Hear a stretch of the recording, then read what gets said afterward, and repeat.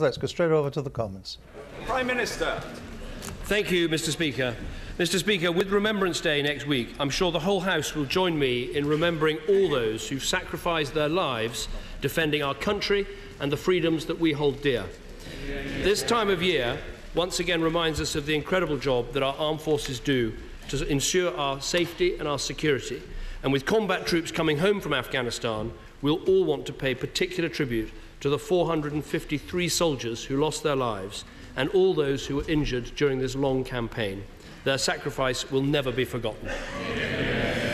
Mr. Speaker, this morning I had meetings with ministerial colleagues and others, and in addition to my duties in this House, I shall have further such meetings later today. Tom Greatrix. Can I firstly associate myself with the comments the Prime Minister made as we approach Remembrance Weekend, and we remember the contribution that so many have made from all parts of the UK in our armed forces. 2 weeks ago, the Prime Minister said that concerned steelworkers at Clyde Bridge in my constituency and at sites across the UK should judge the Klesch Group by their actions. With their record of asset stripping in France and Holland and the overnight news of the failure to purchase Milford Haven, does the Prime Minister believe that it is in the public and national interest for the important strategic UK foundation steel industry to be sold to Klesch Group? Yeah. Well, first of all, let me agree with the honourable gentleman that it's very disappointing what has happened at Milford Haven, and we'll continue to work with the company concerned and try to find employment opportunities for all those who work there. In terms of Tata Steel, Clyde Bridge employs around 90 people. It's an integral part of the Long Products division, as he knows.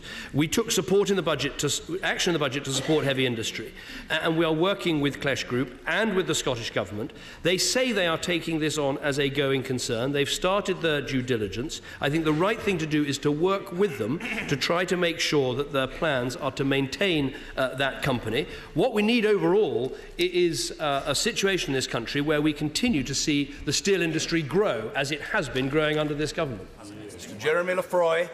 Thank you very much, Mr. Speaker. On behalf of my constituents, may I offer my sympathy to the families of those killed and to those injured in the tragic factory fire in Stafford last week, and also praise the wonderful response of the emergency services.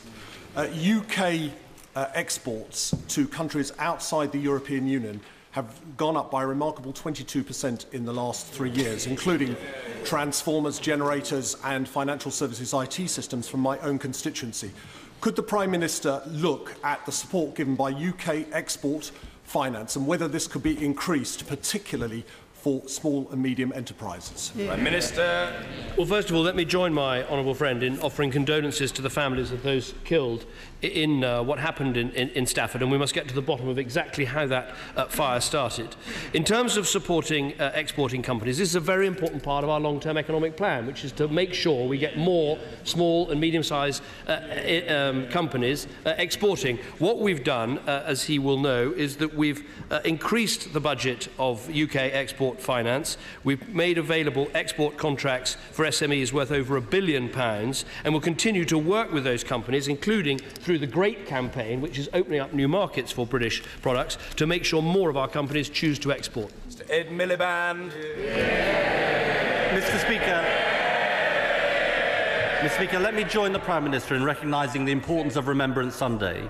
This year has particular significance, the year of our withdrawal from Afghanistan and, of course, 100 years since the start of the First World War. This is a moment to remember all those who lost their lives in war and everyone who has served our country. And that is why we will all be wearing our poppies with particular pride this year. Mr. Speaker, the Prime Minister is nearly 2 years into his renegotiation with the European Union. He's got to get 27 countries to agree with him. How many has he got so far? But what we have is a set of things that we want to sort out in Europe. We want to sort out safeguards for the single market. We want to get out of ever closer union. We want reform of immigration. But here's the difference. We have a plan. He has no plan. And we have a plan which will be put to the British people in an in-out referendum. Perhaps he can tell us when he gets to his feet, why is he frightened of the British public? Mr. Speaker, my position on the referendum is exactly the same as his was before he lost control of his party. Now, I think we can take it. I think we can take it from the answer to that question that the answer is none. He's got no allies. Now he says his admiration for Angela Merkel is enormous. After the last couple of days, we can see the feeling's mutual, Mr. Speaker. If it's going so swimmingly, why do you think Chancellor Merkel has already rejected his proposals? On that, he's completely wrong as well. She has herself said there are problems in terms of free movement that need to be dealt with. But he talks about support for a European referendum. Perhaps he'd like to address this. The former Chancellor of the Exchequer, who's decided to leave the House of Commons, yes, about the only person on the Labour benches who had any economic credibility, has said that a European referendum is inevitable. He says, and I quote, "It's a boil that has to be lanced." If it's inevitable, why is the right honourable gentleman so frightened of the British public? Mr. Speaker, we know about the boil that's to be lanced. It's his divided party, Mr. Speaker. Now, he should listen to what his own MPs are saying. The honourable member for Basildon and Billericay, the one who hasn't defected yet, he says vague promises about a better deal for Britain will not wash. They know his renegotiation is going nowhere.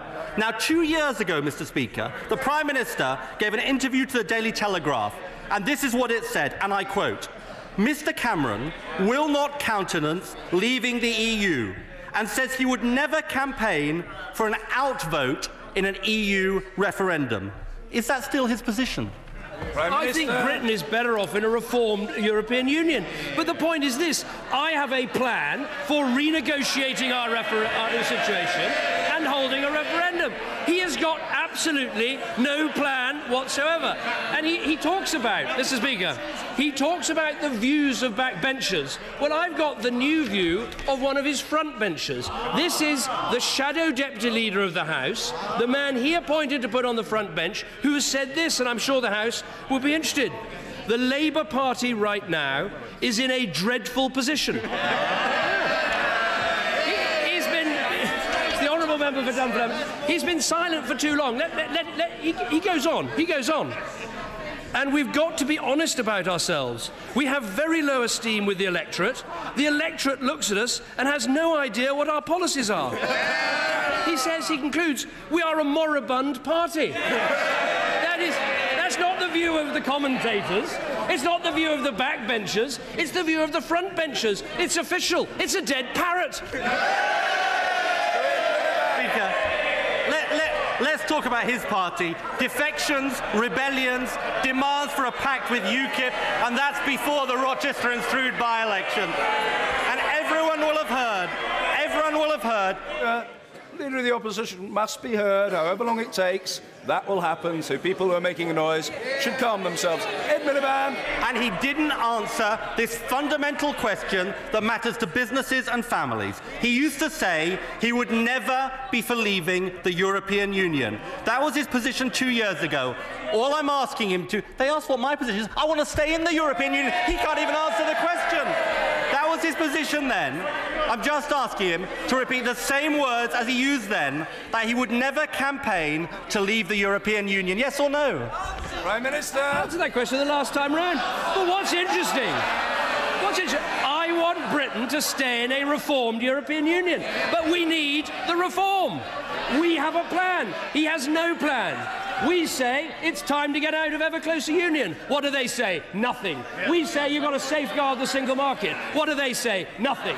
We say you've got to reform immigration. What do they say? Nothing. Absolutely feeble. And that's why, Mr. Speaker, he faces a crisis in his leadership because he's got nothing to say about the deficit, nothing to say about the economy, nothing to say about welfare, and nothing to say about Europe. And the whole country can see they got a nothing leader of the opposition. I do have to say to him, there's no point giving us the fight them on the beaches speech, because the last time he tried that was over Jean-Claude Juncker, and he lost 26 votes to 2. That's his leadership in Europe. Now, everyone will have heard his weasel words. He won't be straight with his backbenchers, and he won't be straight with the British people. He had a referendum on AV, and his position was crystal clear. He was for no. He had a referendum on Scotland, and his position was crystal clear, no. He wants a referendum on the EU, no ifs, no buts. Is he for in or is he for out? He's asking me about a referendum that he won't support. The Labour Party is so chicken when it comes to trusting the British people. It's a completely unbelievable position. We say, renegotiate, hold the referendum, the British people make their choice. He won't even support a referendum. Now, he also says we should listen to backbenchers. Maybe you should try listening to the Honourable Member for Dudley North, who on immigration said this. Let's be honest about it. If you make a mistake, you should say sorry. So let me ask him again. Why won't you have a referendum, and will you apologise for the mess on immigration? Speaker, British business will be holding their heads in their hands about a Prime Minister who cannot say that he wants to stay in the European Union. His renegotiation is going nowhere. He's caught between his backbenchers who want to leave and our national interest that demands we stay. That's why on Europe, he daren't say yes and he daren't say no. He's a don't-know Prime Minister. I'm afraid, Mr. Speaker, this is what happens if you write your questions before you listen to the answer. I couldn't be more clear. I want Britain to stay in a reformed European Union. And unlike the party opposite, we have a plan to get that reform and hold that referendum. But, Mr. Speaker, this comes at the end of a week when the last Labour Chancellor has said the Tories are right over a referendum. It comes at the end of the week when the Shadow Deputy Leader of the House has said Labour is in a dreadful position. And it comes at the end of a week when even John Prescott has said they got a problem in that they can't communicate in English. That is the case. That's it. When you get a lecture from John Prescott on the English language, you're really in trouble. Everyone can see it. A leader in crisis, a party with nowhere to go.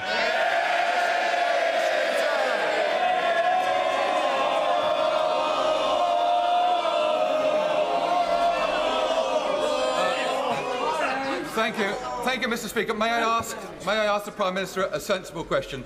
Does he welcome the fact that for the first time ever, all local authorities and business leaders and LEPs in Somerset, Devon and Cornwall have reached agreement on the improvements necessary to upgrade our transport infrastructure of the South West? Will my right honourable friend agree to meet with a small delegation from the peninsula so that we can discuss these proposals and for him to help us put in place a long-term connectivity plan? I'm very happy to have that meeting with my right honourable friend, and I think he's absolutely right about the need to upgrade the transport links to the South West. That's why we've been carrying out the rail study, but even before that we spent over £31 million on important rail improvements and a number of road improvements. For instance, the King Kerswell bypass have already been put in place, and our roads programme includes major and important work for the South West. But happy to hold that meeting. Debbie Abrahams. Today's Health Select Committee report on mental health services for children and young people describes how budgets have been frozen or cut, services are being closed, and young people are being sent hundreds of miles away from their families or kept in police cells because there are no beds. Is this what the Prime Minister means by parity of esteem for mental health services? Yes, Prime Minister. Well, what I'd say to the Honourable Lady is there's a whole series of steps that we have taken in difficult economic circumstances, of which the first is parity of esteem in the NHS Constitution. We've seen a big expansion of talking therapies that weren't available under the last government. We've introduced for the first time a waiting time standard for young people with psychosis, a waiting time standard that never existed under the previous Labour government. And for the first time, we have a minister with dedicated responsibility for child and adolescent mental health services. Now, of course, there is much more that needs to be done. The demands on our mental health services are very great, but these are steps not previously taken by previous governments, and it's because we put the money in and because we've made important reforms to get rid of bureaucracy. But all of these things are only possible if you have a strong economy backing a strong NHS. Eric Ola Renshaw. Mr. Speaker, on Saturday, the fountains of Trafalgar Square, right through to Lancaster Museum and Fleetwood Marine Hall, were lit purple to raise awareness of pancreatic cancer. Can I ask the Prime Minister if you look very carefully at the report produced last week by the All Party Group, with the support of Pancreatic Cancer UK, calling for more research into this dreadful disease before it becomes Britain's fourth biggest killer in terms of cancer. Minister. Well, I pay tribute to my honourable friend and the all-party group for the work that it does, and I know how close this issue is to his heart and how much he feels this personally. The difficult situation here is that the one-year survival rate for those diagnosed with pancreatic cancer is around 20%, and the 5-year survival rate is only 5%, so it is not good enough. What we're doing is spending more money on research. We're investing a record £800 million over 5 years in a series of biomedical research centres, including at the Liverpool Pancreas Biomedical Research Unit. So what we need is the research to go in and for these new treatments to be properly tested so that we can improve the cancer survival rates here as we have for other cancers. Ryan Paisley. Thank you, Mr. Speaker. 4 weeks ago, a 150-year-old industry in my constituency announced that it will be pulling out of Northern Ireland. That's the loss of 900 jobs, the equivalent of 32,000 jobs in the United Kingdom. To say it's a body blow would be an understatement. Will the Prime Minister agree to meet with me and industry leaders to see if we can find a strategy and a way of keeping some of those jobs in Northern Ireland? Well, I'm very happy to discuss this with the honourable gentleman. Perhaps on a forthcoming visit to Northern Ireland we might be able to meet in Ulster and discuss these issues. I think the issue he refers to is also the plain paper packaging issue, where I do want us to see us make progress. I think there are important health benefits here, but I'm happy to discuss the issue with him. Mr. Geoffrey Clifton-Brown. Mr. Speaker, my right honourable friend may be aware that my constituents, Dr. and Mrs. Turner's granddaughter, died of the dreadful disease meningitis B. 30 babies die of this a year. Much more worryingly, 300 babies are severely maimed. Indeed, there's a baby in Bristol at the moment that's facing quadruple applications. There is a licensed and safe vaccine available. The issue is cost. Will my right honourable friend please intervene and see what can be done to resolve this issue? Minister. I'm very grateful to my honourable friend for bringing this up. I'm certainly keen to help if I can. If we were able to introduce a vaccine, I think we'd be the first country in the world to bring in a vaccine nationally. But as he says, there are issues, and that's why, following advice from the Joint Committee on Vaccination and Immunisation, we're having discussions with the producer of this vaccine to see if we can find a cost-effective way of doing this. But the case that he raises and many other heartbreaking cases show how desirable it is to make progress on this issue. Ben Bradshaw. People in Devon face being denied operations if they're overweight or smokers, as well as the loss of all fertility treatment, cataract operations restricted to just one eye, and the closure of Exeter's very successful walk-in centre because of the unprecedented financial crisis facing my local NHS. Does he still think his massive and costly reorganisation has been a success?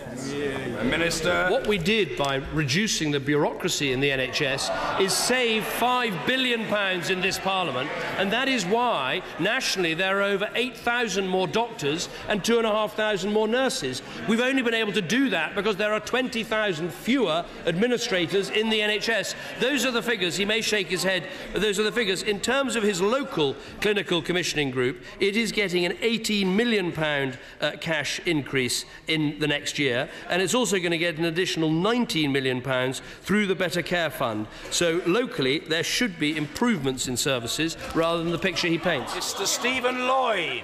Thank you, Mr. Speaker. I'm concerned the revised criteria for exams in religious studies have yet to be published by the Department of Education. I'm also informed, however, that the hold-up is in number 10. Can the Prime Minister confirm this is not the case and that they will be published very soon? Prime Minister. I will look carefully at the issue that he raises. It is important to get this issue of how religious education is carried out right. If there is a blockage in my office, I will make sure that I'll make sure that I will go into dino rod mode and try and get rid of it. Margaret Beckett. At his party conference, the Prime Minister promised that if re-elected, he would cut income tax by £7 billion. Now, that money's got to come from somewhere. So just how big an increase in VAT has he got in mind this time? What I'd say to the right honourable lady is that we've demonstrated in this Parliament that if you manage the economy properly, it is possible to reduce spending, to reduce the deficit, and and to reduce taxes at the same time. That's exactly what we have done. During this Parliament, we've taken the personal allowance, the amount you can earn before paying income tax, from around £6,000 to £10,500. I know the Labour Party don't want to hear good news, but people are paying less income tax under this government, and we've taken 3 million people out of income tax altogether, and if re-elected, we want to raise to £12,500 the amount of money that people can earn before they start paying income tax. Why do we want to do this? Because on this side of the House, we think people should have more of their own money to spend as they choose. Thank you. Thank you, Mr. Speaker. Yesterday's announcement by Rolls-Royce of significant job losses across the country will devastate people and homes and could well damage our national engineering skills base.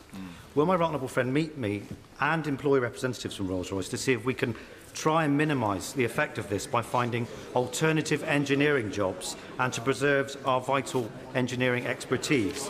And can he reassure my constituents in Filton that he will continue to champion our world-renowned and world-class defence export manufacturing? I can certainly assure my honourable friend I'll do everything I can to champion companies like Rolls-Royce, whether in civil aerospace or in defence aerospace. I try and take them on as many of my trade missions as possible because they're an absolutely world-class, world-beating company. Obviously, it's disappointing that they plan to reduce the number of people they employ. It's not yet clear how many of those job reductions will be here in the UK. Of course, Rolls-Royce employ over 25,000 people here in the UK. And if we look at what's happened to the aerospace industry over the last 4 years, employment is up by 10%, exports are up by 48%, turnover is up by a fifth. So this is a successful industry that's being backed by our modern industrial strategy, but we need to do everything we can to make sure this company and others like it continue to succeed in the years ahead. Ellen Jones.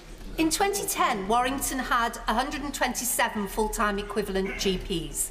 At the last count, it had 97, and some of my constituents are waiting up to 2 weeks for an appointment.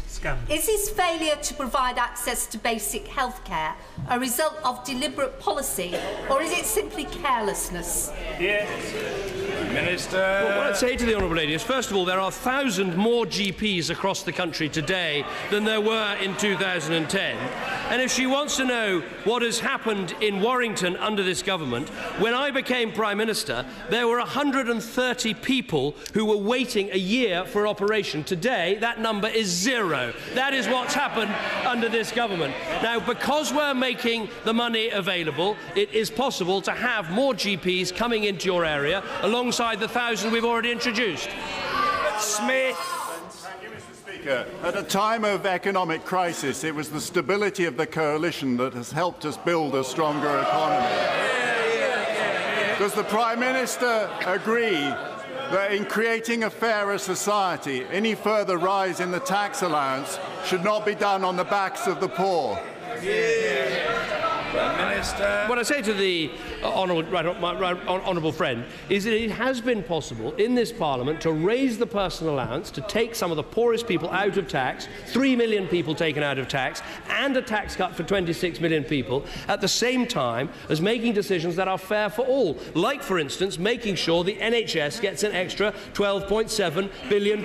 Now, of course, you do have to make difficult decisions, and some of the difficult decisions we have made have been looking at things like the Home Office budget, where the police are being far more efficient than they were, and making changes to welfare, each and every one which has been opposed by the party opposite. The fact is, if you manage the national finances carefully, get our economy to grow properly, and ignore the Shadow Chancellor who nearly bankrupted the country, you can do these things together. Thank you, Mr. Speaker. After reading yesterday's front page of the Times, can I welcome the Prime Minister's late conversion to ID cards, even if they are, for now, virtual and without Labour's biometric functionality? If the Prime Minister intends to keep his promise to keep our borders safe and secure, can he tell the House when the system will be in place and why it has taken him so long. Prime Minister. That's a very interesting development that Labour are now back in favour of ID cards. I thought even they had seen the folly of their ways. What we are introducing is proper border checks so that we can count people in and count people out, something that was never available under Labour, something they actually helped to get rid of, and also making sure that we know more about those who are coming and when they've left. Andrew Lansley. Mr. Speaker, my right honourable friend will recall our support for the training of Libyan troops at Bassingbourn Barracks in my constituency of South Cambridgeshire. Does he share my concern that the programme failed to maintain discipline and the consequences of that were very serious in my local community? Will he undertake the Ministry of Defence will give my constituents a full accounting for the failures in the delivery of this programme? Will he also agree that the Libyan soldiers should now be repatriated to Libya and there is no basis for any of them to seek or receive asylum in this country? No, well, I agree with my right honourable friend on every front. What has happened at Bassingbourn in Cambridgeshire is completely unacceptable. These are criminal actions, and I've asked the Chief of the Defence Staff for a report into this. A decision was taken at the National Security Council, which I chaired, on the 28th of October, to end this training altogether. The trainees will be returning to Libya in the coming days, and in the meantime, all unescorted visits from the camp have been stopped altogether. Lillian Greenwood. Thank you, Mr. Speaker. Which does the Prime Minister believe is more immoral? Raising VAT to 20% or concealing the intention to do so? I tell you what is immoral, and that is racking up debts for our children that you're not prepared to pay yourself. That is what we inherited. We inherited the biggest budget deficit of any country anywhere in the world. That is the moral, or rather the immoral inheritance that we received from the Labour Party. Turning back to the economy, is the Prime Minister aware that the region with the most tech start-ups outside of London and the fastest rate of growth in private sector businesses over the last quarter and the highest rise in value of exports is the North East of England? And does he agree with me that we should stick to the long-term economic plan so that we all have the benefits? My honourable friend makes an important point, and it is notable that when we look at things like small business creation, exports, investment, the growth is coming from around the country, including the North East. And that is a huge contrast. Under 13 years of Labour, our economy, for every 10 jobs created in the South, they only created 1 in the North. That is the record. That is the record of the last Labour government. What we need to do is increase entrepreneurialism and start-ups in every part of our country. That's what start-up loans are doing. That's what the Enterprise Allowance Scheme is doing. There's a new spirit of enterprise in Britain, and this government is backing it. Theresa Pearce. Thank you, Mr. Speaker. In 2012, my constituent, Sam Boone, died whilst on a World Challenge trip to Morocco. He was 17. The coroner was so concerned that the multiple failings, she issued a Section 28 report to prevent future deaths to the Minister of State for Schools. There are British safety standards, but these are entirely voluntary. Why is adherence to these standards not compulsory so no other parent like Mr. and Mrs. Boone have to suffer? Prime Minister. Well, what I'd like to do is look very carefully at the case the Honourable Lady mentions and write to her about it. This is important about making sure that safety standards are upheld and trying to prevent tragedies like the one that she refers to. Mr. Martin Horwood. It has been absolutely right to push for 90% availability of superfast broadband by next year and universal basic broadband services. But is the Prime Minister aware that these targets could be missed even in urban areas like Cheltenham? And will he ask ministers to make sure that local delivery matches the government's ambition? No, I will certainly do that. We review very regularly the performance of the broadband targets because this is absolutely essential, particularly for rural areas. If you're left off superfast broadband, it's much more difficult to take part in the modern economy. I think the progress has been very, very good. I think it's made a big difference now that British Telecom are prepared to publish all the areas that are not yet covered so that other companies can come in and see what they're able to provide. We're also making available broadband vouchers for small businesses, which are very successful, and we can look to see whether we can expand that. But I'm absolutely convinced that spreading broadband right around the country is one of the most important priorities for this government. Michael Meacher. Since the Prime Minister likes to bang on about Labour overspending, is he aware...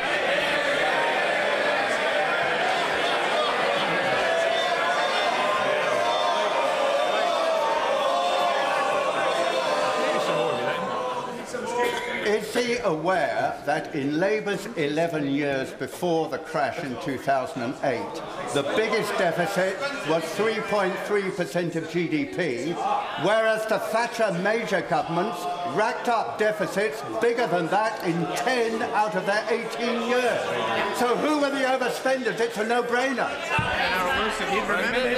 There's only one problem with what the right honourable gentleman said, which is the deficit they left and we inherited was 11.5% of GDP. It was bigger than almost any other countries anywhere in the world. And if you don't believe me, you can listen to your own Shadow Chancellor, and he said this: I think the fact you had the massive global financial crisis, which happened on our watch, meant that people saw their living standards hit.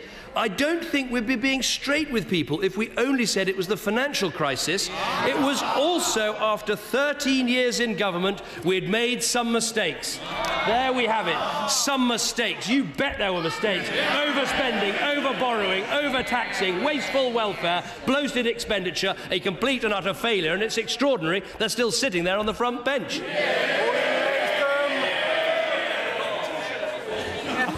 The Prime Minister will be aware that millions of people have been to see the 888,246 poppies at the Tower of London, designed and commissioned by Paul Cummings from Derby. Would he congratulate the hundreds of volunteers that have helped make them in Derby and the hundreds and hundreds of volunteers that have helped to plant them in Derby to commemorate this very important centenary?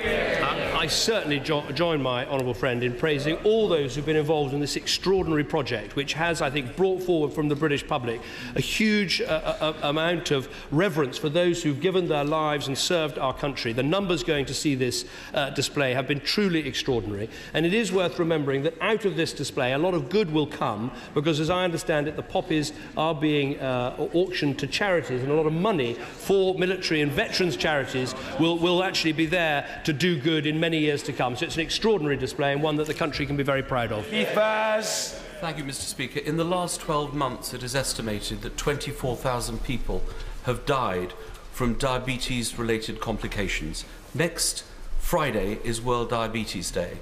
As one of the 3.2 million diabetics, can I urge the Prime Minister to do all he can to raise awareness on this issue, in particular to introduce measures that will reduce the amount of sugar in our food and drink? We can prevent the onset of type 2 diabetes, and we can save lives. Prime Minister. I think the right honourable gentleman is absolutely right to raise the importance of this issue. The consequences of diabetes, in terms of appalling things like leg amputations, cost the NHS literally billions of pounds a year. And if we can get better at preventing diabetes and then testing and helping diabetics themselves better, we can make huge savings while improving people's qualities of life. I gather he also wants me to try and ban sugar and fizzy drinks in number 10 Downing Street for 24 hours. I'll try and negotiate that with my children. He also, as I understand it, he wants me to light my home blue, which is something I'm all in favour of and keeping it that way for some time to come. Mr. Martin Vickers. Thank you, Mr. Speaker. HS3 and other improvements to rail connectivity in the North West are important, but the recent parliamentary approval given to the Able UK development in northern Lincolnshire emphasised the importance of connections on the South Transpennine route between Cleethorpes and Manchester. Can my right honourable friend assure me that my constituency and northern Lincolnshire will figure in future proposals to improve connectivity so that the area can benefit from the benefits of the government's long-term economic plan? I can certainly assure my honourable friend that we're looking at all the elements of east-west connectivity and trying to make sure that we bring the benefits of faster journey times and greater capacity and electrification to all parts of the country. And I know the Chancellor was listening very carefully to the statement that he made. Order. Prime Minister's questions come to an end. Another startlingly revealing exchange between the Prime Minister and the Leader of the Opposition. The Leader of the Opposition said, "What's your position on Europe, in or out?" The Prime Minister said, "I'm in favour of staying in a reformed EU, and you're not even in favour of a referendum." And they continue to dance on that particular pin for all 6 questions. We'll come on to what this may mean in a minute, because there was a purpose to it. But let's hear what you thought of it first. Our viewers weren't that overwhelmed by this week's They PMQs. share my lack of enthusiasm. They did, actually. You were Wise in viewers. tune with them. So Michael Murray said, well done, Ed Miliband, for forcing David Cameron to admit what everyone suspected, that he wants the UK to stay in the European Union. More ammunition for UKIP. Helen Manning said, moribund Ed is on a loser, asking questions about the EU. The British people want a choice and a referendum. Bish, bash, bosh, Dave wins by a knockout again. Ian Whiteley said Cameron couldn't answer. This is on the issue of the European Union, as it would have caused trouble on his own side. And Ed Miliband on a sticky wicket over an EU referendum. A bore draw. Ha-ha. Mr Tim Bass, PMQs is getting less relevant by the week. I think it means both Cameron and Miliband look tired. The show in town is the SNP north of the border and UKIP in the south. Their fortunes will determine the next government. And Rav Dillon said, I find PMQs rather embarrassing. I haven't heard any answers to any questions. There's more campaigning going on rather than answering questions that we, the public, would like to hear. And there were also a few emails about the fact that the economy wasn't discussed.